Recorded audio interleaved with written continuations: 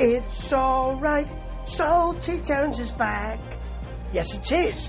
Yes, he is. It's Memphis Wrestling. Good gravy.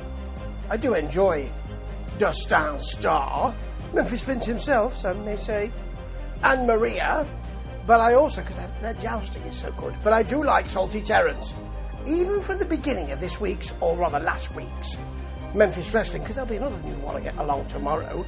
He just looks dusting up and down as if to say, ooh, you again. It's great. He doesn't do an awful lot of that in this particular episode. However, blooming marvellous. Great to see him back, and there's some really good stuff here when you're starting with a junior heavyweight match. Now, Ray Sanders in the junior heavyweight division. I'm not quite sure what the rules are. I'm not sure he's bulking up, isn't he? But is he a junior heavyweight? Anyway, he's in there with Bradley, as Dustin says, not a main event, because he calls himself main event Bradley, but it's got a main event quality to it, and it has. However, the main event this week will be that WWE ID match. Oh, yes. But back to this one, which has Kale. Oh, hail, it's Kale. Is that what it is? And, Kale's a vegetable as well. Not a vegetable I particularly enjoy, but it's one I do eat. And I much more enjoy seeing Kale in a wrestling ring.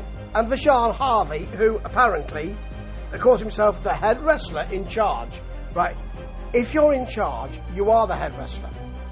You don't need to call yourself the head wrestler if you're in charge, Vashon. It's called tautology, that.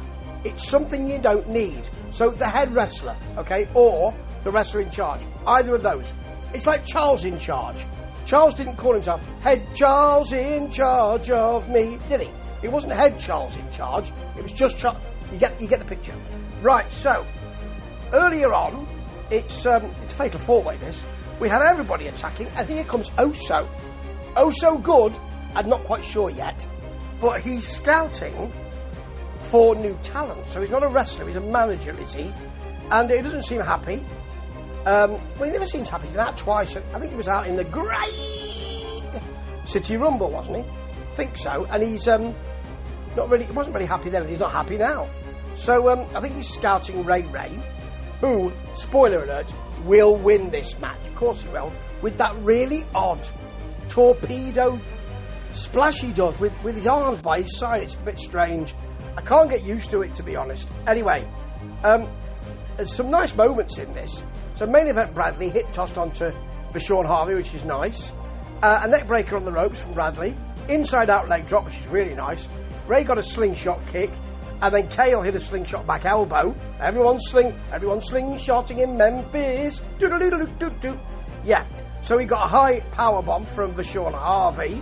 I mean, he just dumped him, to be honest. I think it was to Brad. And a big Brad kick. Very nice. Ray then came off the top with a Hurricane Rana.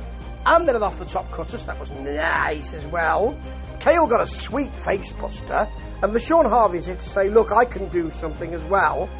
Immediately hit a twisting neck breaker. Bradley got a momentum power slam. He used the momentum of his partner, which is lovely.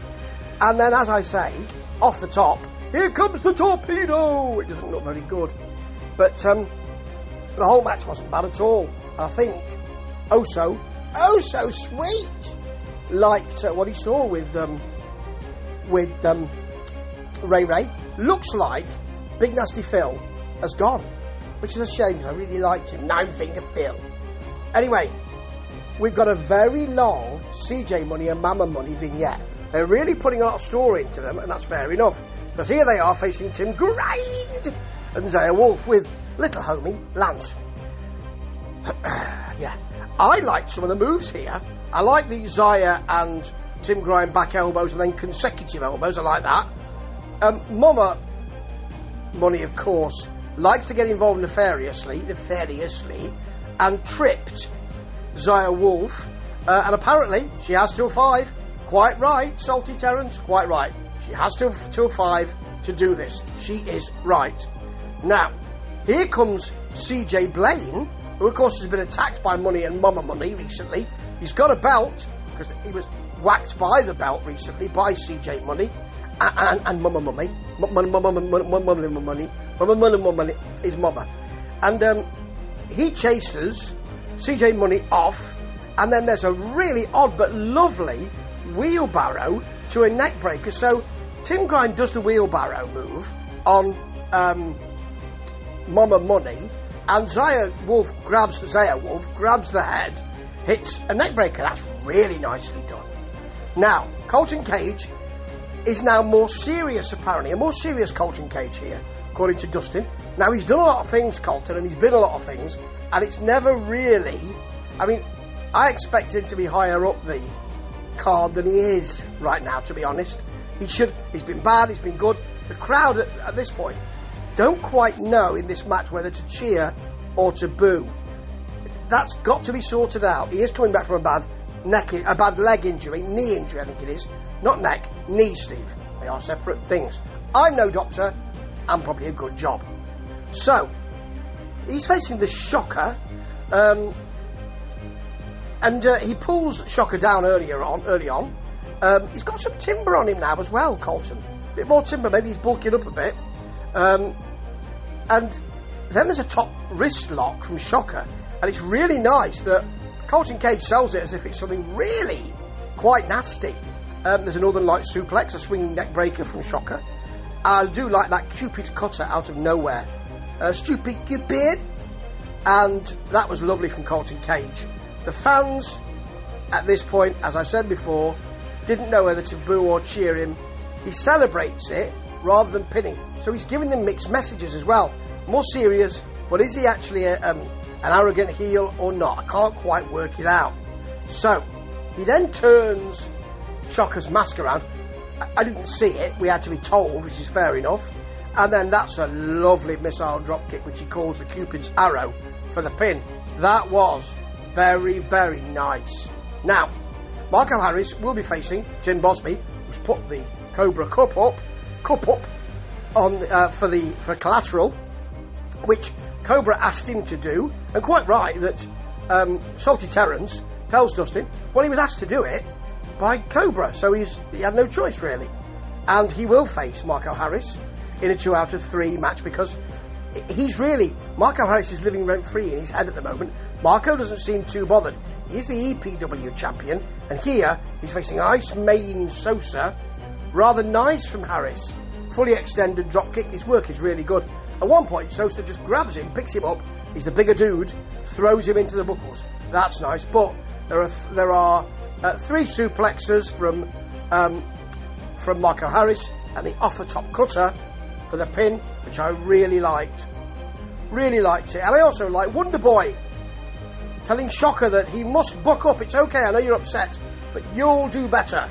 And Shocker enjoying that pep talk. Very nice.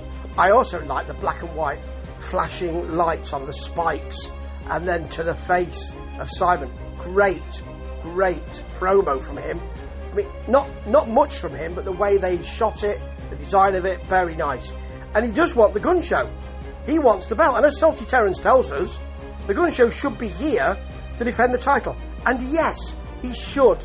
I'm not sure if it's more than 30 days since he won it, but really he should. Salty Terrence has a point, Dustin, and maybe that's why you didn't want him by your side recently. Because he tells the truth. He speaks truth to power. Okay, Aaron Roberts versus Jackson Drake. It's great.